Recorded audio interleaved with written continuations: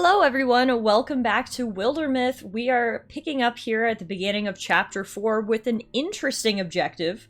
Rather than fighting with the Deep Ones, as we have been for the last 45 years, we are actually heading to parley with the Deep Ones. We've been invited to discuss matters with the leaders of the Deepists. Is it a trap? Maybe. Are we still gonna go give it a try? Absolutely! So as you can see here, 4 of our party is in Thismandor. We've got Dulce, Tallara, Brian, and Flam are over here. And then up in Weird Chapel is Abel and Yanrin. So we need to meet, where do we need to meet? The Deep Ones, anywho. Where do you guys want to talk? Over here? Yeah, parley with the Deep Ones. But then what is this? Oh my goodness, are we... Hang on, are we picking up on Tallara's library quest 10 years later? For some reason, you know, I thought maybe we would have given up on that dream after 10 years, but isn't this the party we had going there originally? Okay then, well, I guess we'll send those 3 off to achieve Tallara's long-lost dream of finding this mystical library, and then the rest of the gang can go parley with the Deep Ones, which we can't actually reach right now because we need to build a pass first. So, so the rest of you guys are actually going to build a bridge into the Ron Drift Opens. That's right, the rest of you guys are on labor duty. Spend the spring building a bridge? I smell a vicious water fight. So Brian, Dulce, Flam, and Quain will build the bridge. Alright, everyone, to work! Oh, I didn't realize Quain was all the way up here. Everyone was all spread out at the beginning of this chapter. The bridge is built, hooray! That didn't take long. They built the bridge before Quain even got there. And honestly, we should probably take this opportunity to recruit, only because Tallara is 71, Yanrin's 53, Ryan's 68, so I have a feeling we're gonna have some, man, Tallara's 71, still adventuring? What a gal. But yeah, I have a feeling we're gonna have some retirements soon, so, let's actually do a little recruiting here before we head over to parley with the Deep Ones. Okay, so Brian, Dulce, and Flam are on recruitment duty. We are recruiting Vara, the cowardly hothead. Sure. Let's do it. And then Vara ran headlong into the deepest, pitchfork whirling like a windmill. Would have been hilarious if it wasn't. Hey, don't get me wrong, I was worried about you. At least I did something instead of bolting. How many were there? 2, maybe 3? So more like 6 or 7, counting the ones you couldn't see. Don't get me wrong either, I admire your courage. You know what they say, you can't flake a Draven with 1 mystic. Is that what they say? It's one of those inconvenient truths. Well then. I can pack up and join you as soon as tomorrow. Just like that? Great, I like your style. What's your specialty? And then she will be... Let's see. So Tallara is... Brian is a mystic and Tallara is a warrior. They're the 2 who are kind of worried about retiring. But then remaining, we've got... Warrior, mystic... I feel like we should maybe make her a hunter, is what I'm thinking. Rain Vara is a hunter. I feel like that'll suit her personality as well. Alright.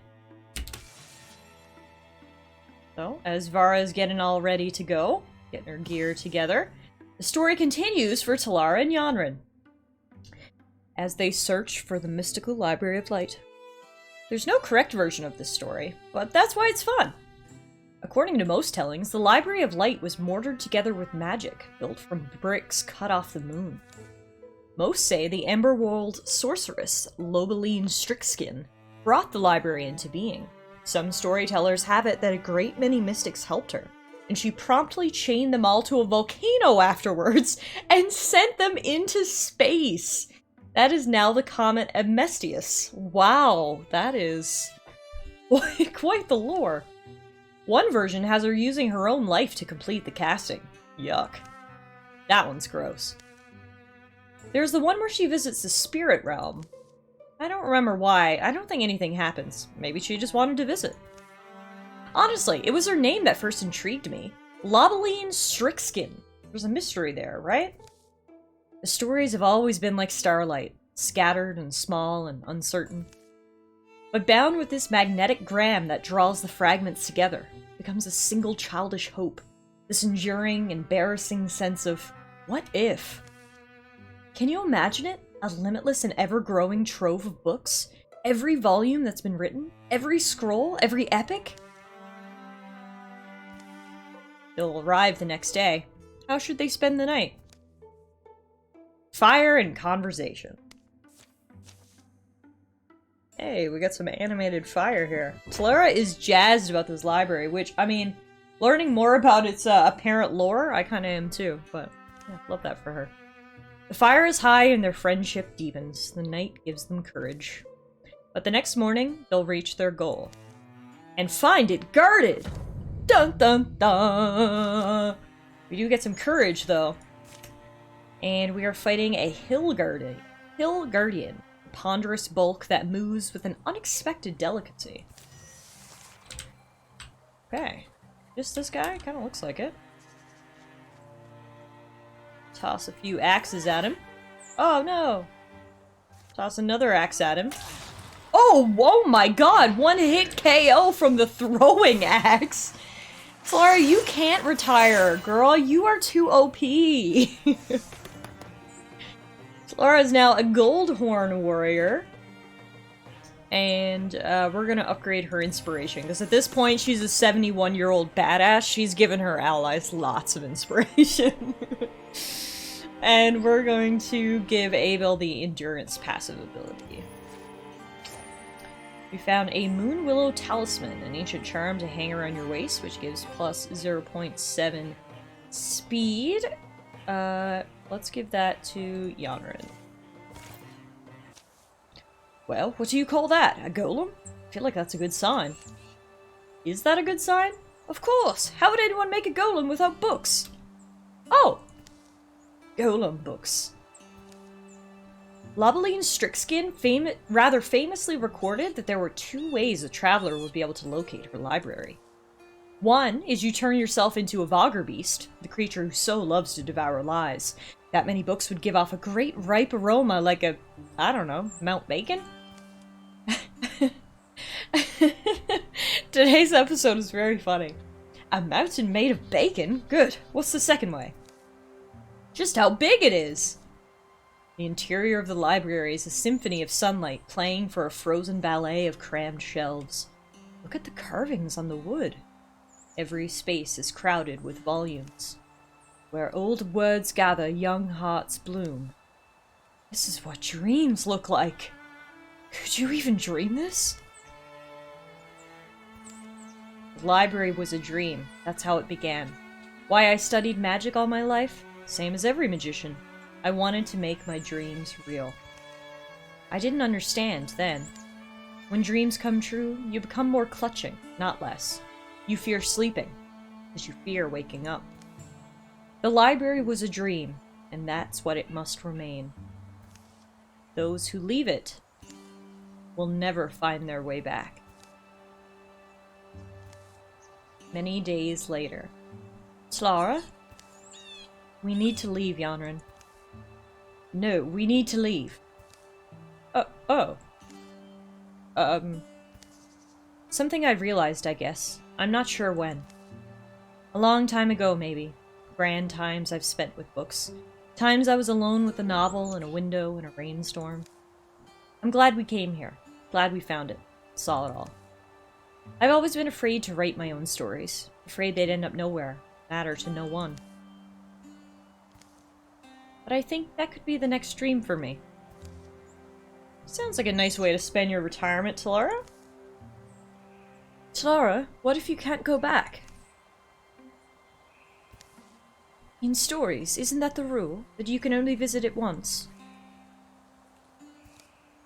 You know, I've been reading since I was small. Books by heroes and half-crazies. Fictions of all kind and quality. What I'm thinking now is... it's time I start putting life into my own words. Tallara has grown stronger, and she actually has +7 retirement age, which means she might make it to the final chapter after all. Also, she is now the highest level of warrior that you can be, which is, honestly pretty crazy. We're gonna give her viciousness, because, you know, this 71-year-old warrior is absolutely vicious. And there you go. Tallara finally found her library after many years of dreaming about it. So that's really nice. So Quain is still heading down to meet up with the party. These three are still recruiting Vara, and then they'll go to parley with the deep ones. We may as well just leave Tallara and crew here, I guess, because I doubt we can all go. Ooh! Yanrin and Abel went in search of an exile. Abel never told anyone. In fact, she often wondered whether it had truly happened at all. A death curse had been laid on her head as a girl, the words of some weird witch whose wrath had been stirred. A vulture voice shrieked in Abel's sleep, visiting often on nights of a shadow moon. Many years went by. As falls piled up, Abel began to feel a clutching hand at her heart.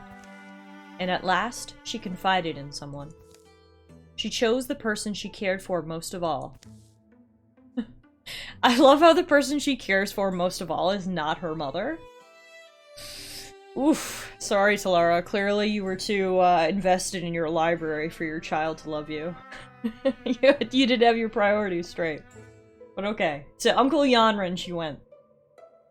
Cottage is just up this way. Love, let me know if you need to rest. I don't think it's hitting me that way yet. They traveled to the whispered home of an exile, an old mystic, reputed to have studied curses in their counters. I do wonder. I don't know. Exile. Being exiled. I'm not someone who hangs in every window for a word. That idea. What did this person do? Can't really say myself. I don't know. Other folks got scared of them. Probably because they're capable of something the others aren't. What's this lady called? Volta was the name I heard. Volta. Trees? Is it the wakeful trees again, all mumbling and moth-peppered? From the far side of the cottage, her creaky voice bleats. Is it trees or the breeze between them, or the hare or the proud owl, muttering to mock my ears on this most markless night? Whatever you be, goslings or doggins, or even a man o' bones, if you creep hankering to my cottage door, be warned, I'm no morsel for a tooth, nor treasure for a... It's none of those things, it's just us. Which ones are us? Then her lantern light finds their faces. Oh! And a laugh spills from her. A burbly, wet, warm laugh. Oh, it's a two couth travellers! Oh, come inside, it's late, but my stove's going. There's pig feet pickled 9 years. Chicken, old chap, and simmer. They tell this exiled mystic about Abel's curse as chicken cooks in a bluish bath. Curses, hexes are really extensions of nature, agents of a wild will, like beasts, like fire, eating, breathing, destroying. Once a curse is spun into motion, it follows the course of chaos. The trick then is to trap it, to lure it out of the life it circles and bind it within new bounds. Sure, I know how to do this, but the cost is always steep. We can pay it, if anyone can. If you are set on it, then there's somewhere you must go, and you may not well enjoy it what you find there, but you are to retrieve something. A stone. A stone that was buried in a cave well hidden. There are few objects of power in this world fit to be a home, a prison, for a curse. The Dwemerald stone, green and bright. Hope that I am the only one who knows its location. They leave on a quest of curse breaking as dawn crests the hilltops. And we're not gonna bring Brian, we're gonna bring Tallara along for supervision. She's still feeling a little hurt that Abel didn't confide in her about a curse, apparently. I guess the curse was placed on her as a child when Tallara was out adventuring. She doesn't know about it. We'll make that the backstory. Alright, Vara is ready for adventure and is now a greenhorn warrior. We're gonna give her archery ability. And let's read a little more about her. Her name is Vara Lawoke, 21-year-old cowardly hothead. Vara never had sweet dreams. Born to a pair of murderers who got themselves hunted down, she was raised tough by the woman who slew her parents, and always felt those watchful eyes on her. Oh my, that is quite the backstory for Miss Vara. Regardless, she was thankful by the time she'd grown. She wasted a year near Hawkstram Vanes, fascinated with the scene of some storied atrocity, an old crime of passion gone unsolved. She would continue to wonder through the details for the rest of her life. She claimed to be chasing something, or someone, but perhaps she was the one running away. Spooky. Spooky, scary skeletons. Alright. Can we not cross this bridge? We have to come scout this place out first, okay. And who's catching up with us? Quain.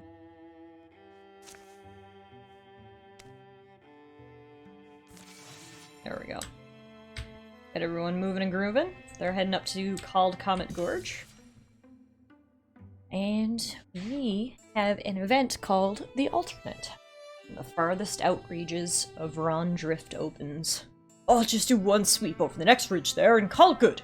I think we've seen just about everything there is to see in this area. Halt! Who goes there? Who goes there? I'm armed! Show yourself! Show yourself!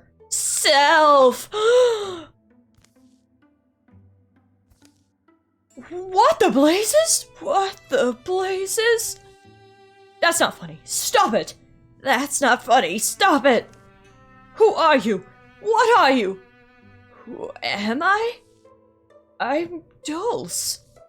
What? I'm Dulce. I'm Dulce Audensmith of Thimsonmore. No, I'm Dulce Audensmith of Thimsonmore. You're some sort of changeling. I remember my childhood. I broke my leg when I was 7. It was an okay life. I had this little blue blanket. But that was my blue blanket. How could you know about that? What are you doing here? I was on patrol, just doing one last sweep. I was about to call it good. You have my memories, you know my thoughts? It's like there are 2 of me. I'll say, I need to get away from this thing now. Stay back! You get away from me! But you have my memories, you know my thoughts. Get away! But you're me! Or I'm you! Wait! Please! Help me! Later. There you are, Dulce. We were worried. Are you alright? You look shaken. I met something in the woods. It looked just like me. It knew what I knew. I thought it was me. I didn't know what else to do, so I ran. Must have been some kind of changeling creature. Now that you're back, it will most likely revert back to its natural state. Unless it doesn't, in which case I guess there'd be another you wandering the world. Can't you imagine? That'd be weird, right? Surprised Pikachu face from Dulce here. Well, that was low-key sketchy. Okay. Wonder if we'll ever learn more about that. In the meantime, Yonner and Abel have arrived. Where Volta inked their map, an unremarkable tunnel mouth opens. Also, I'm not sure why Volta has 2, asterisks in front of her name, but, you know. I'm assuming I don't pronounce those. I'm not set on going through with this. I'm getting a weird feeling. Aren't you? Abel, just follow me then. Water rubbed this cave into the soft parts of the planet. There's a good cool air, a strange ancient smell. I wonder if you feel it, being cursed. I wonder if it's something that the body feels. Shouldn't you be? Who knows? No, I mean, I wonder if, when it's gone, I'll realize how affected my life's been. Spell it out for me. I'm all focused on the echoes right now. Whether this'll be one of those slay the terrible guardian kind of things, or what. Didn't mean to stop you, love. Keep going. Also, hang on. They keep calling each other love. Oh my god! How did I not know that Yanran and Abel were sweethearts? What is the age difference? Well, only 13 years. Abel's 40. Well, that explains everything. Why she chose Yanran over Tallara. Also awkward that I called him Uncle Yanran earlier. Okay, never mind. Continue! Down through the dimming narrows of the cave they stoop until Yanran pulls up. Half-broken wall here, made by people. There they squeeze sidelong between decaying stonework. There's no door, meaning it wasn't meant to be opened. Yet here we are. I wouldn't worry. Means they probably didn't leave any traps or other defenses. Ambient light seeps from mineral veins in the next chamber.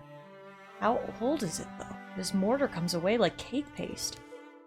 Whoa! Not just a cave, I guess. She said it was buried. I didn't think she meant buried. It reads, Everlasting rest now cradles our bright hero, Arya Anastalis. Tore our world from the talons of a hungry evil, and gave her life to free us from tyranny. So this jewel we're meant to find, it has to be stuck down among her bones? Let's not do this, Yanran. So they leave without the treasure they'd been sent for. The tomb earth remains undisturbed. That hermit woman must have known? Don't get me started. Abel? We're being too... I mean, who are these compunctions for? Who are we helping? Leaving our hope down there. This is the better path, love. Have to trust me on this. They decide on their next destination by dusk. They trace their steps back to the home of Volta, seeking answers. Maybe they'll all be fine. Old Volta! Hermit women of the woods, we've returned! Who creeps by daylight to my lonely cot? Who? Be it the trouble-bent chipmunk, the wise weight of winter? Oh, it sees, Puddlewits. Your task wasn't easy, Volta. We crossed wild country and battled the elements to reach that cavern. You sound as if you found it. There's a well-said silence. I sent you return without the thing I sent you for. The one thing that mattered about all of this. You sent us to invade a tomb, a warrior's tomb. I told you the task would be distasteful. Has to be something else, a different kind of thing to find. Sweetheart, no, and again no. I need the Dwesmaraldarine prison that contains my higher essence and the balance of my fathomless power. Oh. That does sound fairly unique. Don't I know your voice? So canter back and fetch it before the next year wakes. While your friend still lives would be a good time to go. Shy, almost involuntary, the question stumbling out of her. The meaning of their eyes can't be forever delayed. Me? My voice? And recognition comes in that grudging glance. How many times on a night of no moon had Abel woken with a murmur in her ear, the whispering of an absent woman's lips?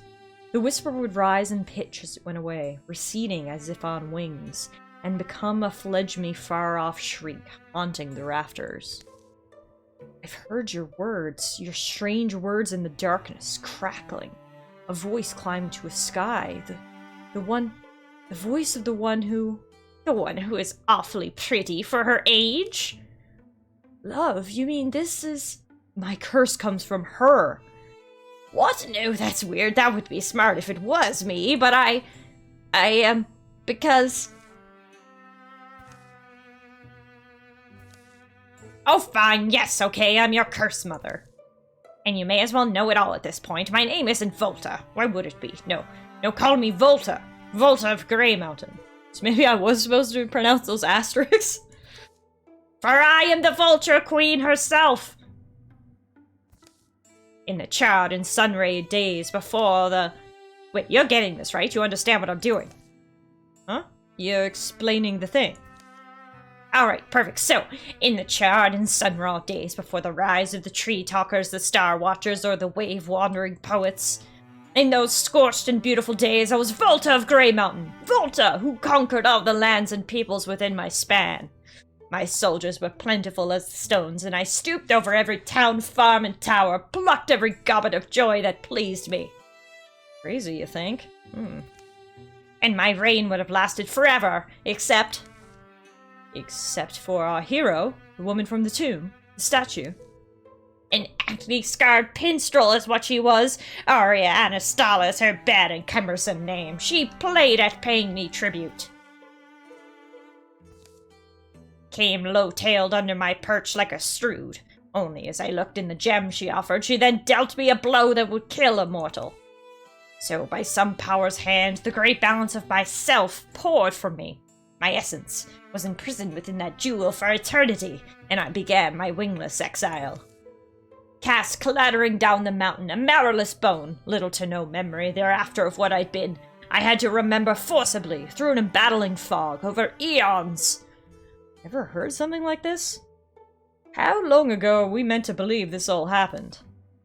Oh, my body, the shell that prattles before you. It dies, but always resolves again to life. Call it my curse. I am almost powerless now. Over millennia I've roved. For untold stretches of time I was so weak I could barely eat. But I did hunger. Hunger was all I had. Yet you found the strength to curse me, unless that's another lie. Ah, yes. Yes, around the time you were a child, Abel, a mighty quake split the earth. The sealed chamber wherein Anastalis was buried with my powers must have broken open. This allowed some of my strength to seep back to me. Unfortunately, the hallowed tomb still repelled my gaze, my steps, my efforts to attack it. Believe it or not, a certain slant of the spell meant that only well-meaning hands could draw the stone from its place. Ingeniously, then, I laid a curse on a child. On me. Right, the idea being, as demonstrated, to set in motion a pure-seeming quest that would serve my ultimate ends. And it's really going to kill her. Once retrieved, I would bind the curse into the gem in place of my own... Oh, the curse? Nah, probably. Unless the curse's caster is killed. I guess I should stop, saying things. Anyway, thanks for listening, my sadlings. You may journey on if you wish. I, won't stop you. I don't think we're just gonna journey on our quest here. Also, it is a really good thing we did not take the gem from that statue. I had a bad feeling, and clearly this was a learning moment of trust your gut. Now, we get to fight the exile. This hermit moves shruggingly to fight, unfazed even by the prospect of death. Mama Tallara's here now. She ain't gonna take kindly to you cursing her child, Volta. Star.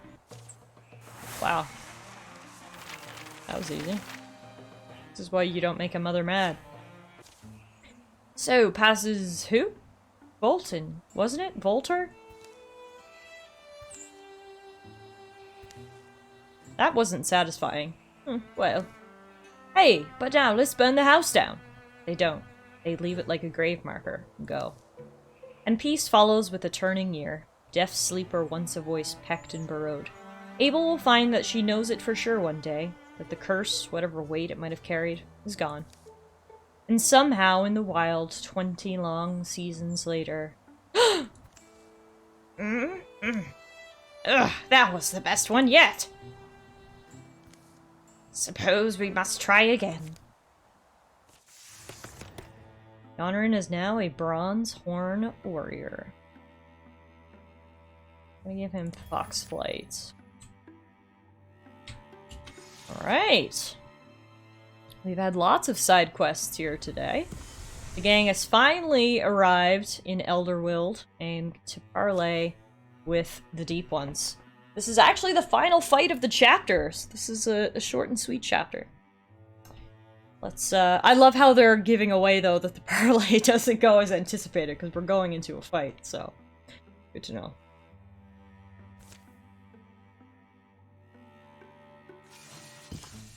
The ruin of North Eagle Nook lies in a natural depression. Fog heaps and flows, coats their faces in damp chill and the odor of undisturbed mold. But Quain's directions lead them to the marked tunnel. What are they hiding all the way out here? Ryan speaks in a whisper, chorusing echoes hiss from the shadows.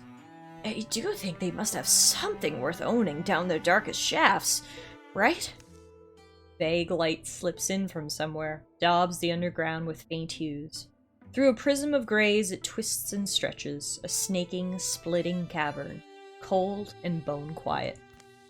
Somewhere deep, the makeup of the tunnel changes. Earth-welded walls meet halls of hand-carved stone. There's a glow up ahead. Firelight. Let everyone know to tighten up. Grouping towards the blue light, they pause. It's just 5 of us, let's remember that. Whatever happens, be smart. Take initiative. Their enemies gaze without feeling as they enter. Here we are. And welcome. Our patience is not everlasting. And yet you are content to wait for us. What is it we're here to resolve? I'll put it plainly. I'd like to make you an offer. They call me the Prophet, my disciples. To others, I am Deep King. To you, I have been an adversary, but that need not remain true. You speak for everyone. That's not her accent. You speak for everyone? The Deepists? You're it? I am the authority in my order, yes. So if we want to cut off the head of the snake... Beside me stands the Shadow Messiah, a being older than legend, almost as old as myself. The enormous figure at the Deep King's side narrows its eyes. The air it breathes is furnace-like and smells of wood smoke. And what's the offer is immortality. Immortality? You mean like in songs? I mean immortality. Your lifetime made endless. That is the secret we found, and we offer it. This offer's for us 5? Us together and no one else? Should one of you be wise enough to grasp it, you will not be refused. What's the exchange? All you must do is come with us now. The stars don't love you. Below there is warmth, knowledge, eternity waiting. You will not be above me, inferior, but beside me, higher than only my queen. No. Muffin Co. will not be swayed by the evil. We all refuse your offer. Disappointing, honestly. Wondered if you had anything worthwhile to offer, but all you want is to get us out of the way so you can do what you please with the world above. Isn't that right? I wouldn't limit my ambitions quite so much.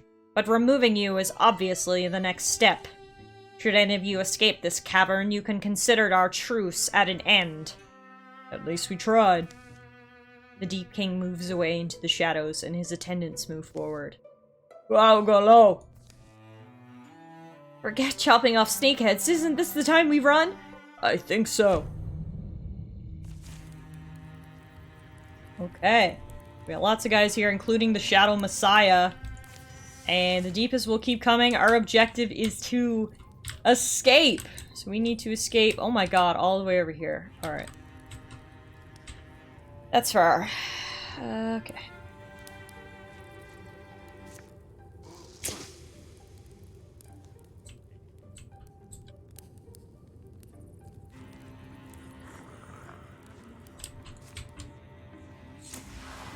Oh no! I only just realized this is a dead end. Well, shit. Okay. I thought we could head straight, but as you can see, there's a gap there. We can't actually get over there, so. Well, better to know now before we put the whole team on there. Dulce is gonna have to Guardian right here, because they're all gonna catch up to us.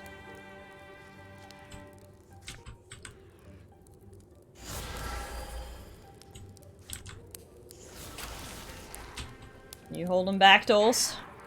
So we'll find out. Wow! Hell yeah, you can. Sorry I ever doubted you.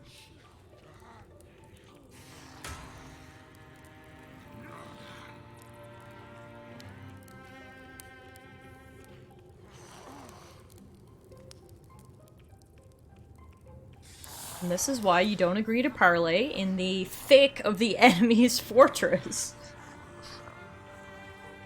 Oh my god, there's so many. Oh dear, this is gonna be tough. This is gonna be really tough. Look how many there are! Oh my... Oh my god. Oh my god, they just keep coming. Well, this is madness.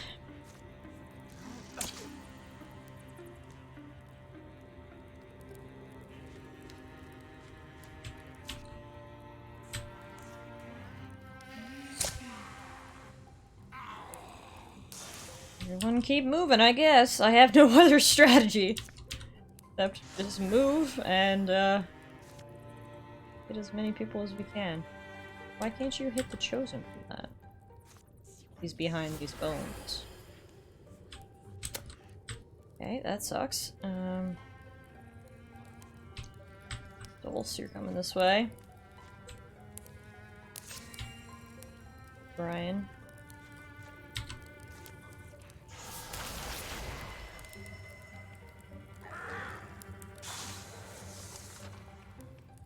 Probably not the best idea that all of our, like, newbies are here. We really needed, at the very least, Tallara, but honestly, all three of them. Here. But that's okay. This is how the newbies are gonna earn their stripes. We're just tossing them into the deep end.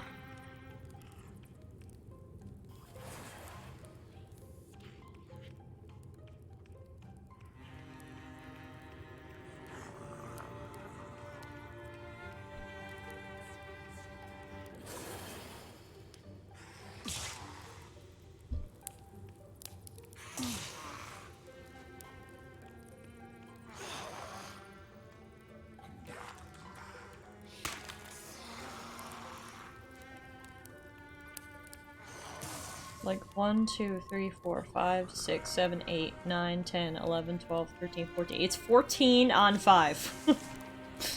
Very good odds.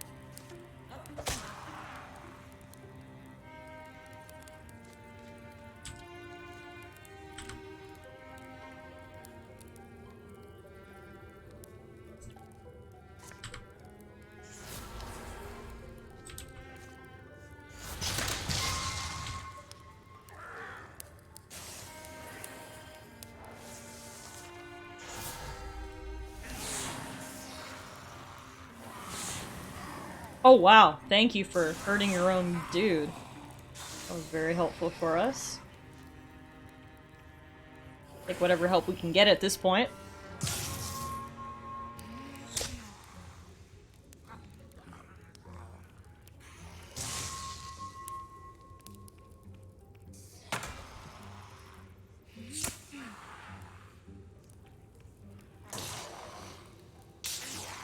Nice! Brine with the static shock!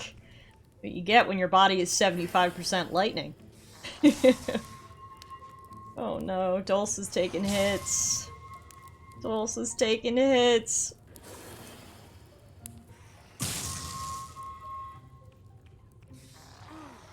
God, this is so unfair. There's so many of them and so little of us.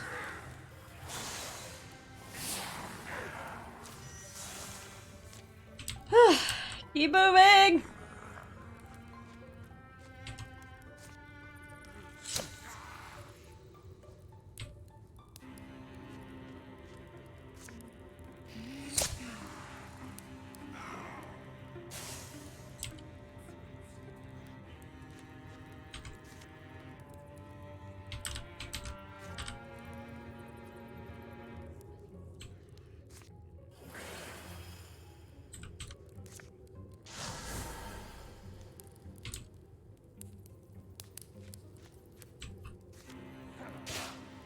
Oh, nah, that was not the time.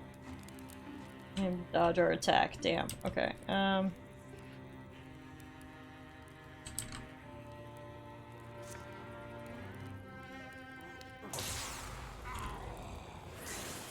Oh, I forgot he was just gonna basically respawn there thanks to Merc Mother.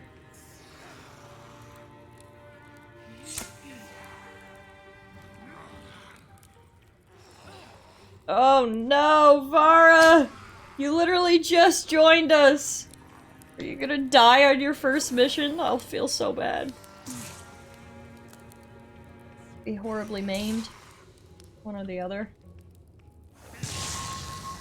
Oh no! She did! The hit is worse than Vara had braced for. She struggles to stay up. Ugh, hope you're proud of yourself, Beast. Hope they give you a nasty little trophy. Everything goes slow and dim. We're actually gonna do a really dramatic thing here. Vara is gonna sacrifice herself. She may not make it, but the others will. And she's gonna give +3 armor to everybody else, so hopefully everyone else will be able to make it to the exit. Vara holds Danger's attention long enough for the others to secure their footing. No more death today. Vara will never forget you, even though you were only part of the party for 2 minutes! Your sacrifice might be able to get the rest of us out of here.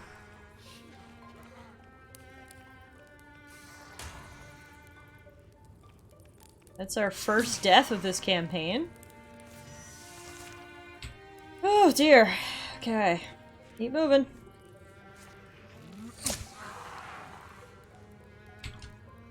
Keep moving.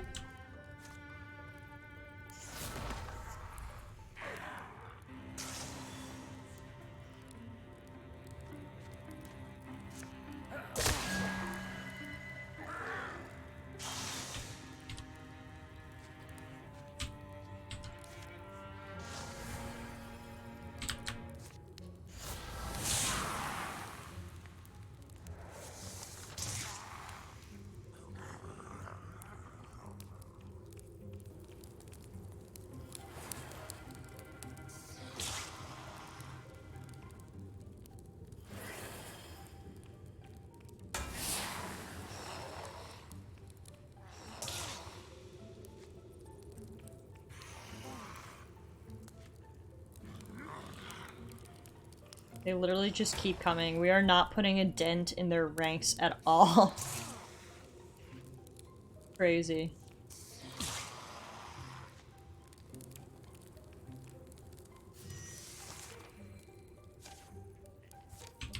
Okay, keep moving.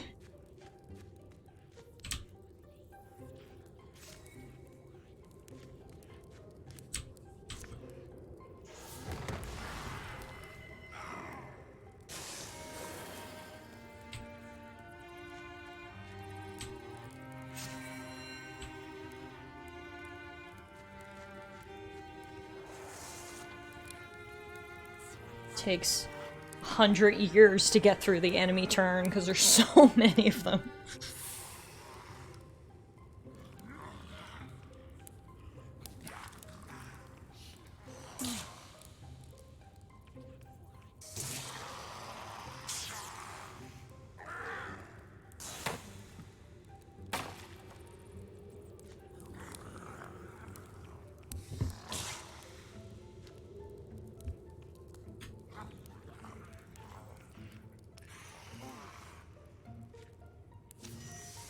Okay, oh good, now there's a Mushrocks. Where... is it behind us? Ugh, that's all I can hope for at this point. That it's behind us.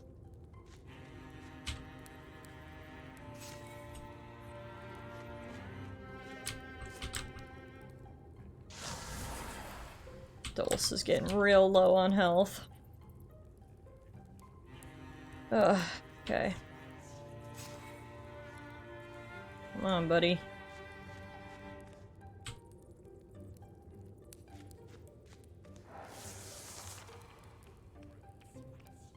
Oh my god, did you see how much movement that dude had? Thank god he couldn't attack at the end of it. We might have enough distance between us now. I hope. To get out. If we just max movement every turn.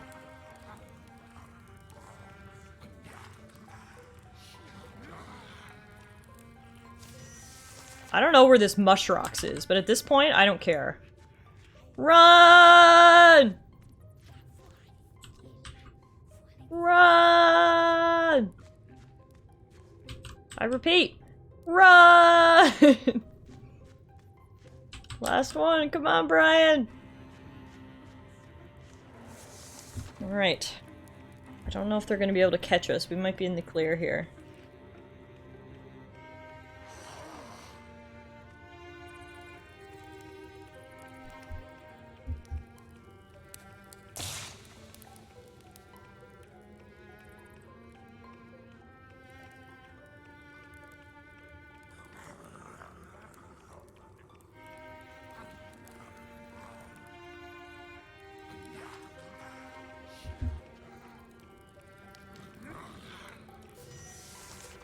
Alright. Is this the turn where we escape?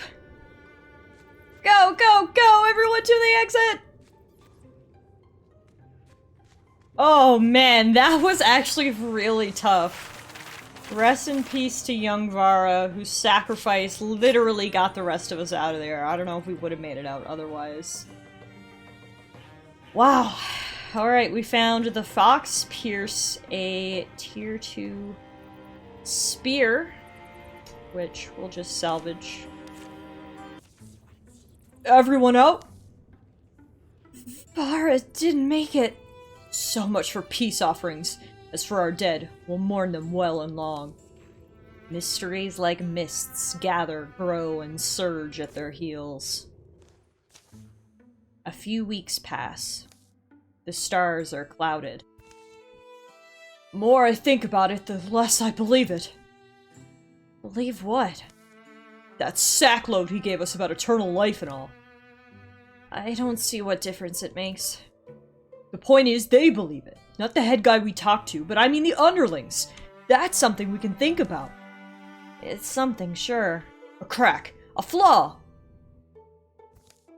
All their efforts seemed aimed at swelling their ranks, but why? What's ultimately in it for any of them? Whoever that Deep King really is, he had to start somewhere. He had to have had some means of becoming what he became. I wonder what that story is. I wonder if all or a few of his fellows share that potential. There's still so many things we can't explain. I worry the answers will be worse than the questions. But they're answers we need. The passing of the night will tell them nothing. But the truth is like a star. No cloud may cover it forever. Vara Lowwoke fell in battle at Elderwild. What a waste. What is best?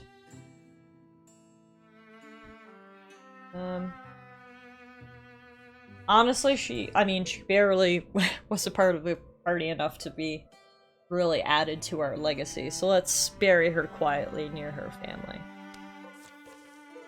Vara wanted it this way.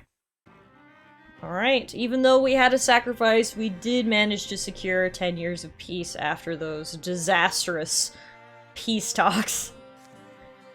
We undermined the enemy's plans a little bit, which is good. Bye-bye to those cards. Here's what happened during the years of peace. Rumors abound that Dulce had been seen doing great deeds near Rondrift Opens, even though he's not been seen in that region in some time. Dulce and Brian enjoyed talking about the old days over a campfire. Dulce would always exaggerate how many monsters he had slain at each battle, but Brian didn't feel the need to correct him. Yonrin noticed that the library at Sandbridge had fallen into disrepair during all the conflict, so he passed a summer helping to rebuild it. Yonrin and Abel took their vows at the shrine of Yonrin's ancestors. Aww! Yonrin's solemn smile spoke of an oft unsettled heart brought peace. In town, their feast had finished, but they returned for songs and stories before sleep. The long-looked-for wedding would be a happy memory for the rest of their lives. Tallara was acquired by a family of cats for a few seasons.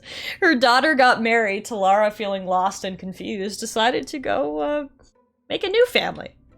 She would watch them stalk birds in the mornings and eventually reach the conclusion, cats are terrifying.